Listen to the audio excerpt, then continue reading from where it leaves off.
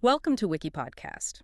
Today we're taking a deep dive into the extraordinary life of Nikola Tesla, a true giant of innovation. I mean, his name is pretty much synonymous with electric dreams, futuristic visions. Absolutely. He wasn't just an inventor, though. He was this futurist whose brilliance quite literally helped electrify the world as we know it. We're exploring the core sources that illuminate his story for this deep dive. Indeed, his contributions, they really shaped the very foundation of our modern electrical systems.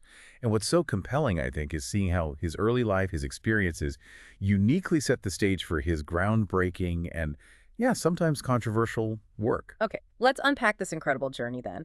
Let's trace the path of a man who seemed to see the future before pretty much anyone else. Where do we start?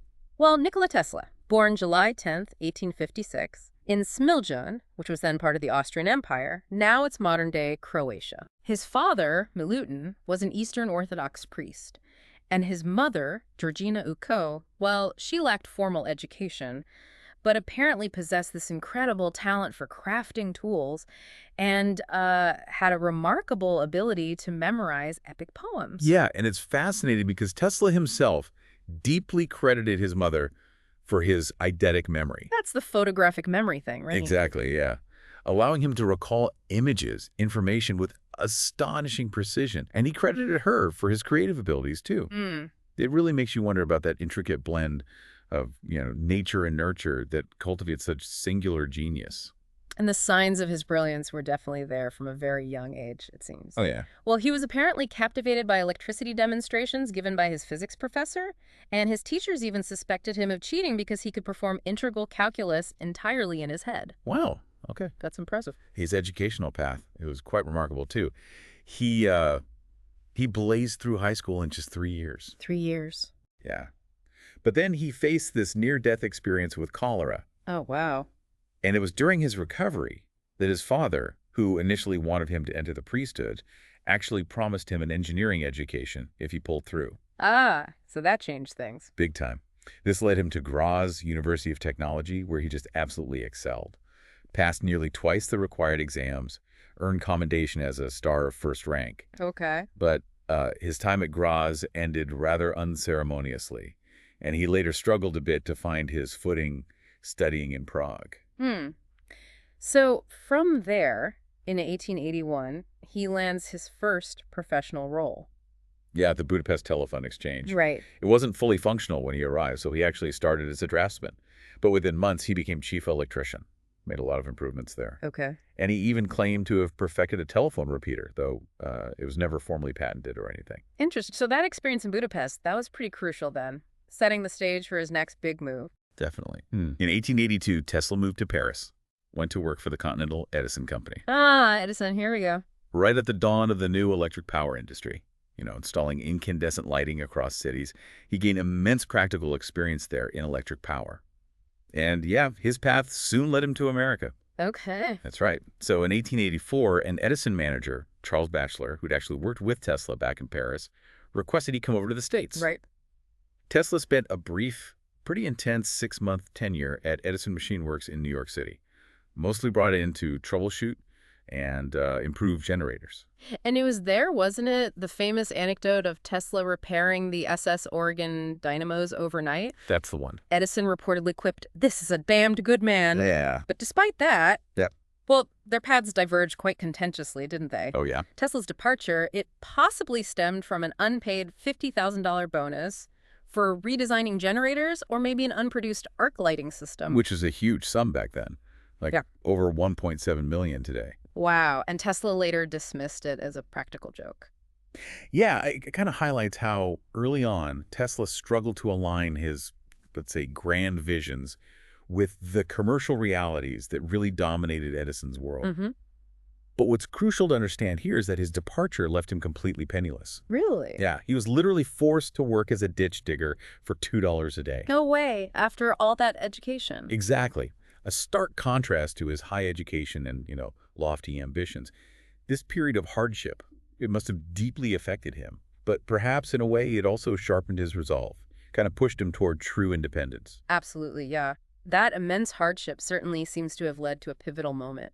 Right. In late 1886, Tesla met these two investors, Alfred S. Brown and Charles Fletcher Peck. Okay. These guys, they had experience promoting inventions, and their collaboration led to the formation of the Tesla Electric Company in 1887. Ah, so this gave him his own platform. Exactly. This partnership truly gave him the freedom he needed to develop his revolutionary ideas. And that's when, well, his most significant invention came along. The alternating current, or AC, induction motor, patented in 1888. The big one.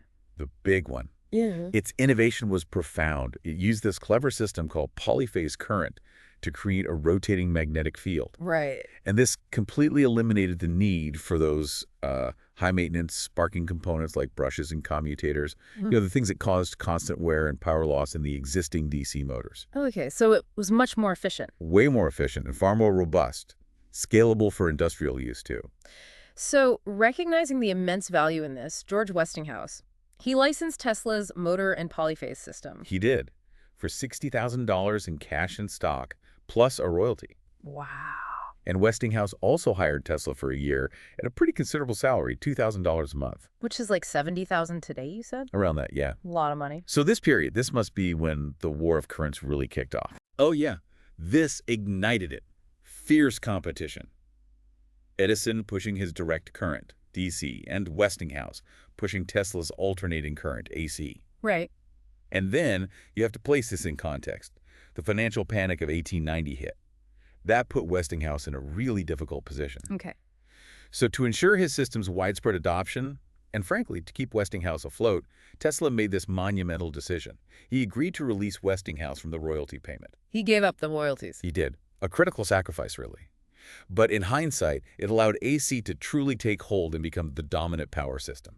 And AC's public triumph, that came at the 1893 World's Columbian Exposition in Chicago, right? Exactly. Westinghouse prominently featured the Tesla polyphase system there. Yeah. Lit up the entire fair. Must have been incredible to see. Oh, absolutely. It was a crucial demonstration for the American public. Right. Showed everyone AC was safe, reliable, efficient, especially against all the fear-mongering Edison was doing. Right. Did they have that egg of Columbus thing too? Yeah. That was brilliant. A copper egg spinning on its end, just from the rotating magnetic field, a really visual way to show the principle. Cool. And Tesla also played a pivotal advisory role in the massive Niagara Falls power project. Oh, yeah. He recommended a two-phase AC system, which directly led to Westinghouse being awarded the contract. That was truly a monumental achievement for AC power. It basically cemented its place as the future of electricity for, well, entire cities. Wow. So, with his AC success, Tesla gained independent wealth, set up labs in New York, and this is where he really unleashed his mind, right? Moved into even more experimental, more visionary territory beyond just motors. Absolutely. This is where he developed the Tesla coil. Right. That was in 1889, right after he learned about Heinrich Hertz's experiments with electromagnetic radiation. Okay, the Tesla coil. What was its main purpose? Well, its primary purpose was to produce high-voltage, high-frequency alternating current.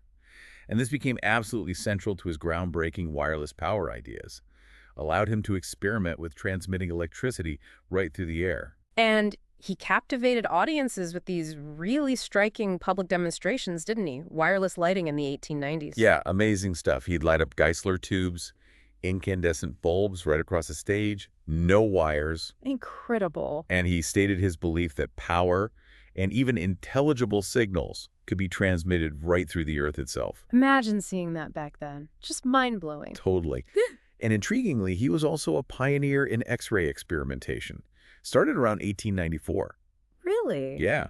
He even might have inadvertently captured an X-ray image of a camera lens screw, possibly weeks before Röntgen's famous discovery. No way. And critically, he noted the hazards of working with his X-ray devices, showed remarkable scientific foresight, long before those dangers were widely understood. That's fascinating. Okay, what about the radio-controlled boat? Ah, yes. The Teletomaton, 1898, Madison Square Garden. So basically a remote-controlled robot boat. Pretty much, yeah. Astounding for its time. Huh. He hoped to sell the idea to navies, but they weren't really interested back then. But it's incredible to think that was a clear precursor to the remote control technology we just take for granted today. Absolutely. But yes, his most ambitious pursuit, the thing that consumed so much of his time and fortune from the 1890s up to about 1906, was his grand vision for wireless power transmission on a global scale. Right. Not just signals, but actual power. Exactly. He believed traditional radio waves weren't efficient enough for long distances. He envisioned conducting electricity through the Earth, or maybe the atmosphere itself. Which led him to Colorado Springs, his experimental station in 1899. That's right, working with these huge coils generating artificial lightning. And famously causing a power outage in El Paso, right? Ah, yeah, inadvertently, part of the experimentation. Okay. And while he was in Colorado, he also observed these unusual signals coming from his receiver. He speculated they might be communications from another planet, like Mars or Venus. Seriously. Yeah, it ignited these sensational headlines at the time, certainly showcased his bold imagination, even if, the interpretation was probably incorrect. Wow. Okay, then came the really ambitious project, Wardenclyffe Tower, on Long Island. Funded by J.P. Morgan, starting in 1901. And Tesla saw this as an intercontinental wireless communication and power transmitter, right? A world system. That was the dream.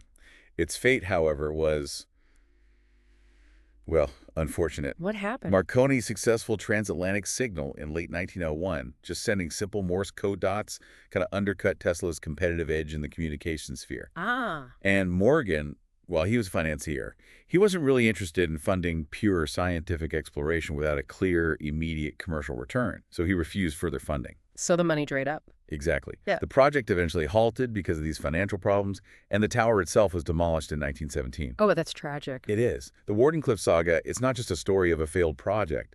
It's kind of a stark lesson in the brutal economics of innovation. That timeless tension between, pure scientific vision and immediate market demands. Yeah, I can see that. So after Wardenclyffe closed, Tesla faced increasing financial difficulties. Most of his patents were expiring by then. That's right. But his inventive spirit, it never truly faded, even as his circumstances grew more challenging and his public image kind of shifted. Did he keep inventing? Well, he briefly demonstrated a bladeless turbine on his 50th birthday in 1906. An ingenious design, actually. Yeah. And he got involved in various wireless lawsuits, notably trying to sue Marconi for patent infringement. And what about those persistent rumors? Him and Edison potentially getting the Nobel Prize in Physics in 1915. Ah, yeah, the Nobel Prize story. There's speculation that their intense animosity towards each other prevented either from accepting it. It's a fascinating, almost mythical side note to their rivalry, isn't it? Yeah. What do you make of those rumors? It's certainly a compelling piece of folklore, isn't it? While it's largely unsubstantiated, the fact that such a story persists, it speaks volumes about their public personas and just the sheer drama of their careers. It kind of underscores how their personal dynamics were often seen as being as impactful as their scientific output. Yeah, true. So in his later life, he became quite reclusive, moving between various New York hotels, often leaving unpaid bills behind. Yeah, that's the picture. This is where his unique personality really became more pronounced. Took on an almost legendary eccentricity. Like what? Well, he developed some truly unique habits, meticulous routines, an aversion to round objects, things like that. Okay. But amidst all that, there's the rather touching story of his profound love for pigeons, particularly a beautiful white one. He reportedly spent over $2,000 on its care. $2,000 on a pigeon? Yeah. He even stated he loved that pigeon as a man loves a woman. For a man who often seemed to struggle with human connection, finding such a deep bond with an animal, well, it offers a poignant glimpse into his inner world, I think. It truly does. Wow. And eventually, Westinghouse Electric started paying his rent. And a consulting fee. They did. And look, this probably wasn't just pure charity. It was likely also a strategic move to avoid bad publicity. The financial struggles of a man so central to their success wouldn't look good. It underscores his enduring, if sometimes challenging, legacy. Right. What about his famous birthday press conferences? They started when he was 75. Oh yeah, they became notorious. He started making increasingly grand claims. Like what? Like inventing a cosmic ray motor, a new form of energy violently opposed to Einsteinian physics, and his infamous teleforce or death ray weapon. The death ray? Yeah, which he claimed was actually designed to end all war, a defensive weapon. And he held some less conventional views as well, didn't he? He did. For instance, he believed in eugenics, which, deeply unsettling today, but unfortunately, it was a somewhat common belief among certain intellectual circles in his era. Right. And he also had this interesting take on women, believing they would eventually become the dominant sex. He was certainly a complex character, a real mix of pure scientific brilliance and, later on, increasingly unconventional ideas. These later claims, combined with his increasingly reclusive nature, that must have impacted how his more practical ideas were perceived, right? by the scientific establishment, potential investors. Oh, absolutely. It's a complex legacy, isn't it? Yeah. Unparalleled brilliance mixed with increasing isolation and, well, some pronouncements that were hard to verify. So Nikola Tesla concluded his incredible life story on January 7, 1943, age 86, Huh. alone in his Hotel New Yorker room. Yeah, and he had been hit by a taxi a few years prior, famously refused medical attention. That was kind of a lifelong custom of his. What happened right after he died? Well, in the immediate aftermath, the FBI actually seized his belongings. There were concerns, especially during wartime, about what his papers might contain. Okay. MIT professor John G. Trump, a well-known electrical engineer and actually Donald Trump's uncle, was called in to assess the papers. Trump's assessment concluded there was nothing hazardous or, frankly, particularly groundbreaking in Tesla's later papers, suggesting that many of his final grand ideas were more theoretical, speculative, rather than immediately practical blueprints. I see. But the story doesn't really end there, does it? His legacy. Not at all. In 1960, the SI unit for magnetic flux density was officially named the Tesla in his honor. A huge testament to his impact. Absolutely. And his legacy, which was maybe obscured for a while, has seen this tremendous resurgence in popular interest since the 1990s. His name is once again synonymous with electric innovation. Right. And if you look at this in the bigger picture, Tesla left behind around 300 patents worldwide, an archive of over 160,000 documents, just preserving the incredible breadth of his mind. Wow. And his vision, that vision of a wirelessly connected and powered world, which seemed so outlandish back then. It resonates so deeply with our technologically advanced present. His ideas continue to inspire new generations of innovators, for sure. Nikola Tesla, a true visionary whose imagination was often decades, maybe even a century, ahead of his time. His life really reminds us that true innovation often comes from this relentless pursuit of the impossible, doesn't it? Even when facing skepticism or, a financial ruin. He was definitely a man who dared to dream big. And in doing so, he laid so much of the groundwork for the modern electrical age we live in. It really leaves us with a compelling question, I think. How many of today's seemingly impossible technological dreams are just waiting for a visionary like Tesla to bring them into reality? That's a great question to ponder. Thanks for listening. Write us your opinion in the comments on what do you think was Tesla's most significant yet overlooked contribution to technology or society? Subscribe to the channel to help more listeners reach our episodes. Thank you and have an amazing day.